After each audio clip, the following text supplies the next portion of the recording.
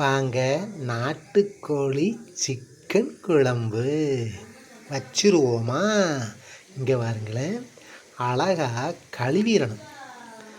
ஆனால் கோழி உரித்த உடனேயே மஞ்சளை தேய்ச்சி நல்லா குளிப்பாட்டணும். மஞ்சளை தேய்ச்சி ஒரு 2 நிமிஷம் 3 நிமிஷம் 5 நிமிஷம் கூட வைக்கலாம்.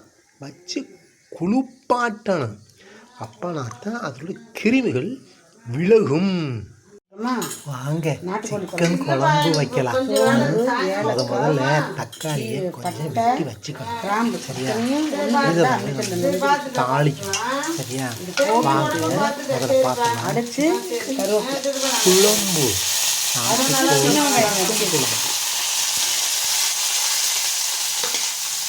இன்னும் 2 வதக்கிட்டு அப்புறம் இப்போ கொஞ்சம் கலர் மாறிடுச்சா, இப்போ தக்காளி போடணும்.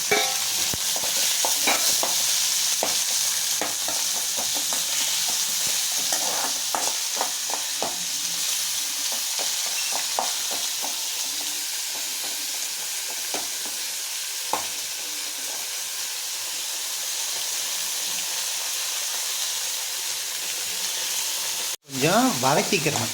சரியா? பாருங்கள், பொன் போல் வதங்கிருச்சா?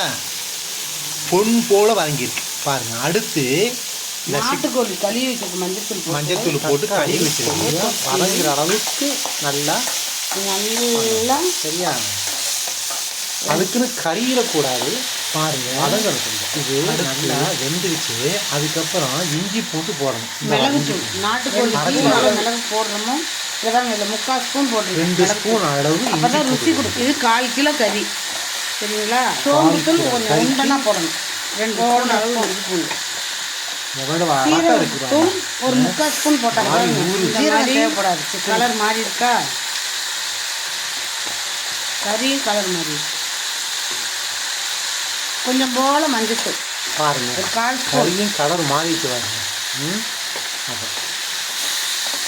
இது கொட்டி ஒரு பரட்டு அடுப்பு சின்னதாக பண்ணிவிட்டு கொட்டி ஒரு சின்ன பாருங்க ஒரு கலவிட்டு மிளகாத்தூள் உங்கள் காரத்துக்கு தகுந்த மாதிரி. மிளகுத்தூள் காரமாக இருக்கும், அதனால் மிளகாத்தூளை குறைச்சிக்கோங்க. ஒரு மிளகாத்தூள். நாட்டுக்கோழிக்கு சாறு நிறையா வேணும், அதனால் மல்லித்தூள் இந்த பாருங்க நிமிர 1/2 ஸ்பூன் போடுறேன். சாறு நிறைய வேணும், மல்லி வாசத்துலேயே நல்லா வேகணும். இப்போ இனிமேல் வதக்கக்கூடாது. இது இஞ்சி பூண்டு அரைச்சி தண்ணி பாருங்க. இதை ஊற்றி பத்தலைன்னா இன்னும் கொஞ்சம் தண்ணியாக ஊற்றி, நாட்டுக்கோழி ரொம்ப நேரம் வேகும். இந்த அளவுக்கு தண்ணியை ஊற்றி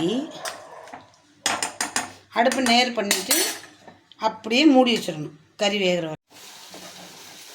பாருங்க எவ்வளோ தண்ணி ஊற்றிருந்தோம். இப்போ பார்த்தீங்களா, நல்லா வற்றி சுருண்டு கறியெல்லாம் வெந்துருச்சு பாருங்கள். இப்போ பாருங்க கறி எப்படி பிஞ்சிட்டு வருதா? இந்த மாதிரி வரணும். அப்போ தான் நம்ம இந்த மாதிரி கறி நல்லா தெரியுதா? இப்போ உங்களுக்கு வேணும்னா இப்படியே வச்சுக்கலாம். இந்த மாதிரி எடுத்து சாப்பிட்டா ரசம் சாதம், புளி சாதம், லெமன் சாதத்துக்கெலாம் சூப்பராக இருக்கும். சாம்பார் சாதத்துக்கெல்லாமே. உங்களுக்கு குழம்பு வேணும்னா இன்னும் கொஞ்சம் தண்ணி ஊற்றிக்கணும். சிக்கன் கிரேவி அருமையான குழம்புங்க. சிக்கன் குழம்பு சூப்பராக இருக்குங்க. இந்த பாருங்க.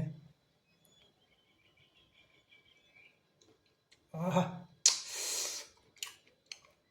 என்ன டேஸ்ட்டுங்க! இதே மாதிரி செஞ்சு நீங்கள் சாப்பிடுங்க. சரியா? என்ன